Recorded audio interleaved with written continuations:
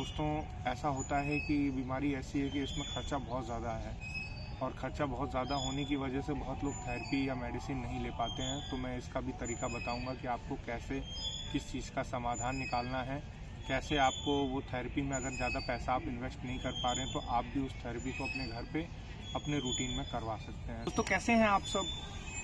आज मैं पार्ट 3 लेके आया हूँ आपका ओसीडी पे। मैंने आपसे बोला ही था कि मैं आपको अपनी हर वीडियो में पार्ट 1, पार्ट 2, पार्ट 3 करके ऐसे ही ओसीडी पे कवर करेंगे। तो आज जो है कि हमें ओसीडी में जो सबसे इम्पोर्टेंट रोल देता है, अगर किसी को ओसीडी हो जाता है तो सबसे ज़्यादा प्रॉब्लम होती है उसका बार बार उस काम को करने का, बार बार कि हमें वो काम करना ही करना है। तो वो कैसे उसको प्रॉब्लम करता है, आज उसी को कैसे रोकना है उसी पर हम बात करेंगे। तो मेरा नाम है हरिओम गोस्वामी।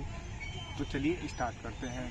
तो देखिए, अगर किसी को ये प्रॉब्लम हो गई है, अगर घर में अगर कोई साफ सफाई ज़्यादा कर रहा है, जैसे कि कोई कपड़ा रखा हुआ है उसे बार बार वो हटा रहा है, या कोई बेड पे सामान है अगर किसी ने छू लिया उसे हटा रहा है, या बार बार अपने हाथ को धुल रहा है, तो इससे क्या दिक्कत हो रही है कि उसको ऐसा लग रहा है कि उसके अंदर से उसको बार बार ये सिग्नल मिल रहे हैं कि अभी ये गंदा है, इसको धुलते रहो। वो किसी की बात नहीं मानेगा, ना सामने वाले की बात मानेगा, ना किसी की भी नहीं बात मानेगा। अगर घर का कोई भी पर्सन कह रहा है ये गलत है, नहीं मानेगा वो। मगर वो बात किसकी मान रहा है, एक तरीके से समझ लीजिए जो उसके अंदर के थॉट्स क्रिएट हो रहे हैं। इसमें दो चीजें हैं कि अगर थॉट्स क्रिएट हो रहे हैं, अगर बन रहे हैं और उसके ऊपर कमांड दे रहा है और फिर उस पर आपने काम कर दिया, बस यही है ओसीडी की चेन।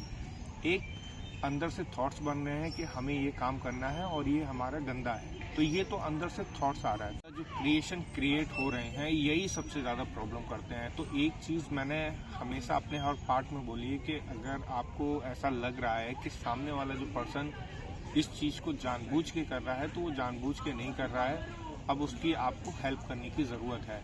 मैं आपको ये भी बताऊंगा कि कब आपको ट्रीटमेंट लेने हैं, कब आपको थेरेपी स्टार्ट करनी है, और कैसे कैसे आपको इस सब चीज़ से, कैसे डॉक्टर के पास कब आपको जाना है, ये सब भी मैं गाइड करूंगा। मगर हाँ, आपको पहले ये भी डिसाइड करना है कि आपके घर में अगर किसी को ओसीडी हो गई है तो वो ओसीडी कितनी हो गई है, और वो पहचानने का तरीका क्या है। आप उसके हाव भाव, उसके काम करने के तरीके, कि आप जो उससे कह रहे हैं वो आपकी कितनी बात मान रहा है। तो दोस्तों, हाव भाव को कैसे पहचानना है यही सबसे इम्पोर्टेंट है।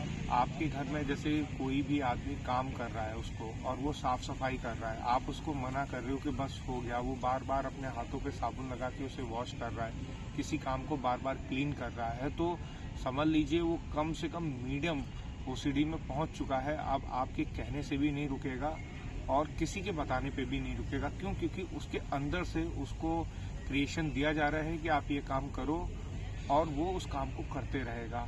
और करने के बाद उसका खुद का लिमिटेशन नहीं है कि ये उसे कैसे उससे निकलना है, कितना उसको करना है। बस उसको ये कमांड मिल रही है कि आपको ये सफाई करनी है, और जैसे ही उसको ये कमांड मिलती है, क्योंकि उसको ये कमांड अंदर से मिल रही है कि ये गंदा हो चुका है, अब इसको साफ करना है, तो वो उसको करना शुरू कर देता है। मगर एक और जो कमांड होती है जिसे कहते हैं कि हाँ ये खत्म हो चुका है, तो वो उसको मिलना बंद हो जाती है, तो वो उसको बार बार करता रहता है। तो आप इस चीज़ को नोटिस कर लीजिए।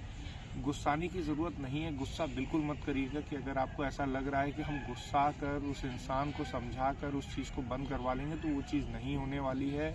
आप समझ लीजिए कि वहाँ पे आपको थोड़ा सा नॉर्मल होना पड़ेगा। 1 बाय 1 आप वीडियो ज़रूर देख रहे हैं, और इस चीज़ को समझना भी ज़रूरी है। आप ये मत सोचिएगा कि डायरेक्ट किसी चीज़ पर हम पहुँच कर उस चीज़ को तुरंत ख़त्म कर दें, ऐसा नहीं है।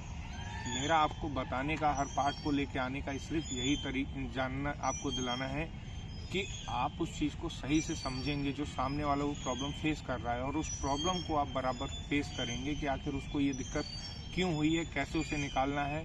तभी आगे तक आप उसको उस बीमारी से निकाल सकते हैं। अगर आपने जल्दी कोई भी डिसीज़न ले लिया, अगर वो घर में, चाहे वो आपकी वाइफ हो या आपकी बहन हो या आपका बेटा हो या आपकी माँ हो, इस चीज़ से कहीं ना कहीं परेशान है, और आप सोचें कि तुरंत इनको हम इस चीज़ से निजात पा लें या गुस्सा दिखाकर, तो सब चीज़ें बर्बाद हो जाएंगी।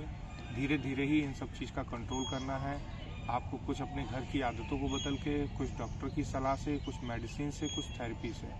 तो दोस्तों, मैं अगली पार्ट में आपको ज़रूर बताऊंगा कि कौन सी आपकी थेरेपी है, अगर ज़्यादा हो गई है तो कैसे, कौन सी थेरेपी से उस थेरेपी का नाम क्या है।